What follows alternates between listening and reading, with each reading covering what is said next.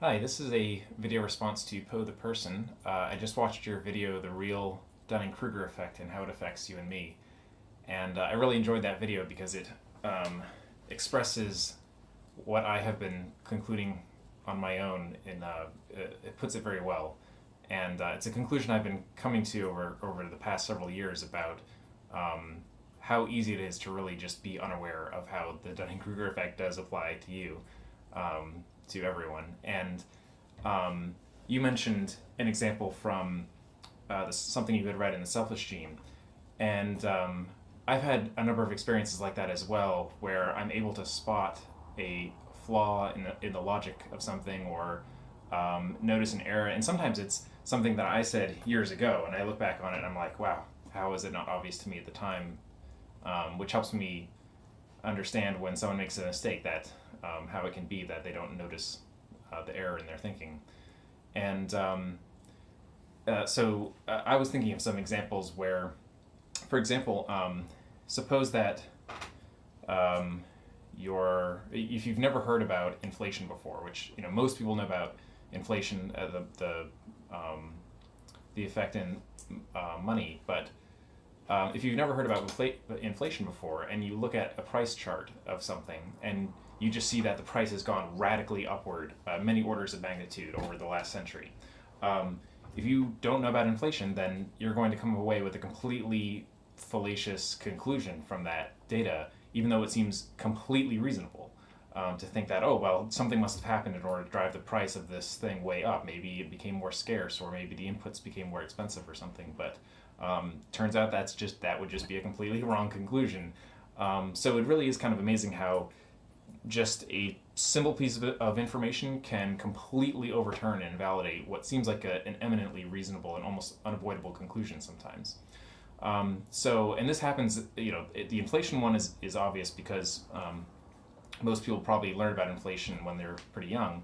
They're told by their parents at some point, but you can take just about any issue where there is statistical information involved, and it's really easy to come away with wrong conclusions. So, for example, if you take the gun control debate, so this is something that I don't have particularly strong opinions on this issue, but I've spent some time looking into it anyway, and one of the things that is really easy to cause you to come to wrong conclusions on this is if you conflate overall gun deaths, with homicides. So, for example, noticing that or remembering that murders and suicides are two parts that make up gun deaths, and if I remember correctly, it's something like 2/3 of gun deaths, at least in the United States, are due to suicides. So, it would be really easy to read an article that goes back and forth between murders and homicides, comparing different countries or something, or comparing different points in time, or trying to analyze the effect of a policy, and not realize that you're actually talking about two different things. The concept of mass murder or mass shooting is another concept where the definition can be very different. So, for example, if you use the definition of 4 or more people shot in one incident, then there is a mass murder almost per day in the United States. But if you use the definition of 4 or more shot and killed, then it's much, much rarer. And that is a term which is kind of thrown around oftentimes without an explicit definition provided, which makes it very confusing. So some other thoughts I had.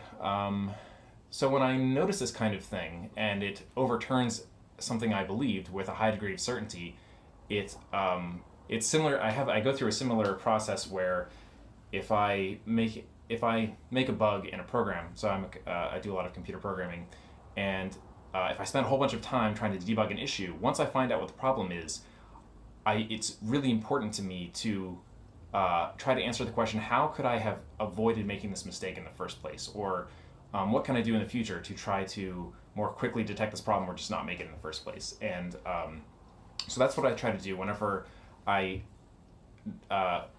encounter some information that overturns something that I was almost certain about, is I kind of do like a post-mortem on that belief. And I say, well, okay, how did I come to believe this with such a high degree of certainty?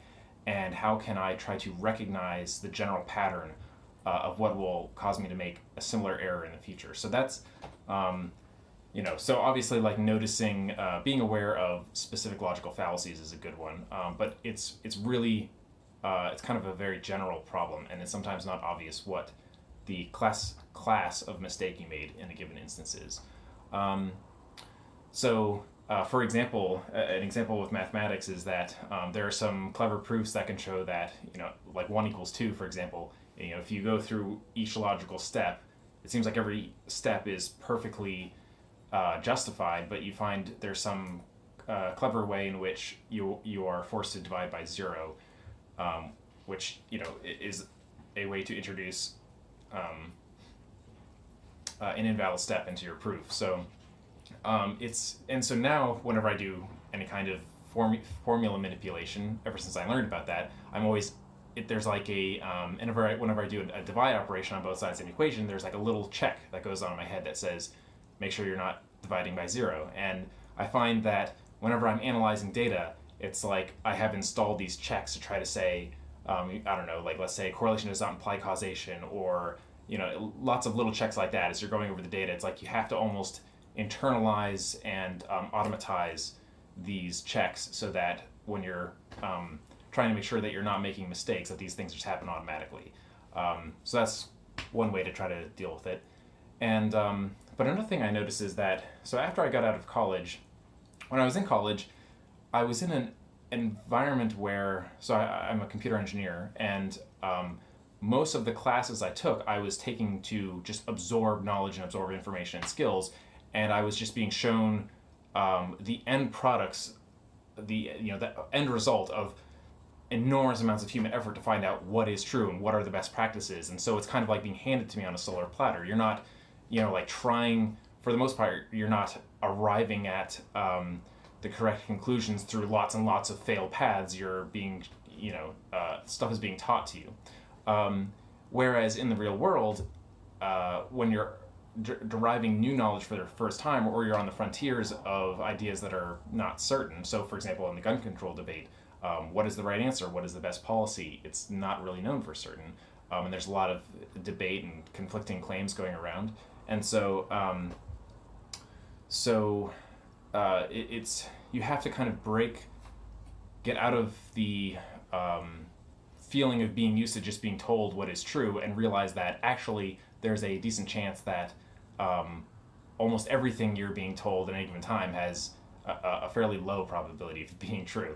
And so I really kind of had a change in my mindset after I got out of college, and just started spending much more of my time looking into things that are more contentious and still under debate. And I actually, at some point, I felt kind of a radical, almost like all of my beliefs sort of shifted back towards uncertainty.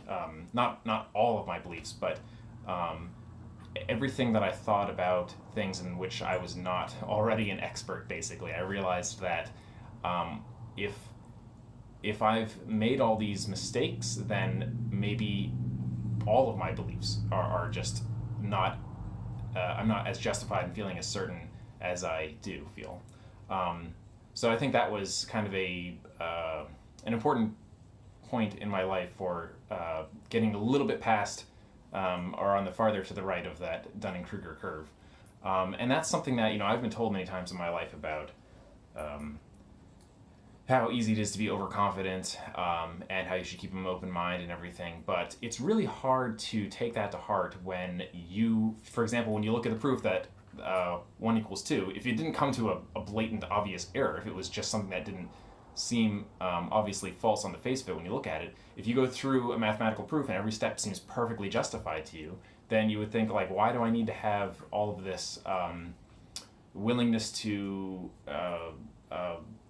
consider that I could have made an error when I've done the analysis, I've done the proof, and you have that feeling of certainty. So I think it's kind of like a form of wisdom where you just kind of have to experience it. You have to be a very curious person, eventually come to a point where you realize that actually having certainty is not as easy as it seems. So unfortunately, I don't think there's much of a way to teach this to people aside from maybe just showering them with examples, like showing them something that seems really true, and then showing them the counter argument and completely undermining it, and then they can kind of get the experience of feeling like, oh, okay, so just because I have that feeling of certainty does not necessarily correlate with actually being certain.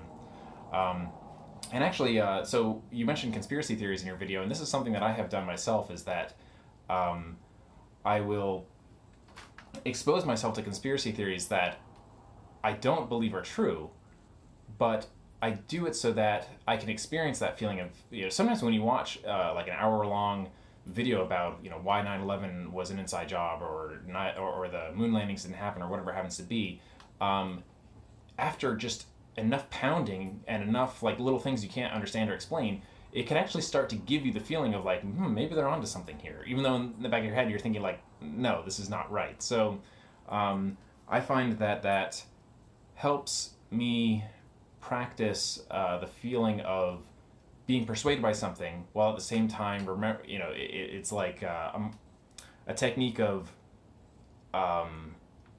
allowing yourself to remember that this could be just total BS. It could be really convincing, and it could be total BS. And it could also be that an idea has spread far and wide and has been widely adopted, even by many experts or people in the media or politicians or whatever, and still be wrong. And in fact, there's a really great video series that you might enjoy. I think the YouTube channel is called Freethink.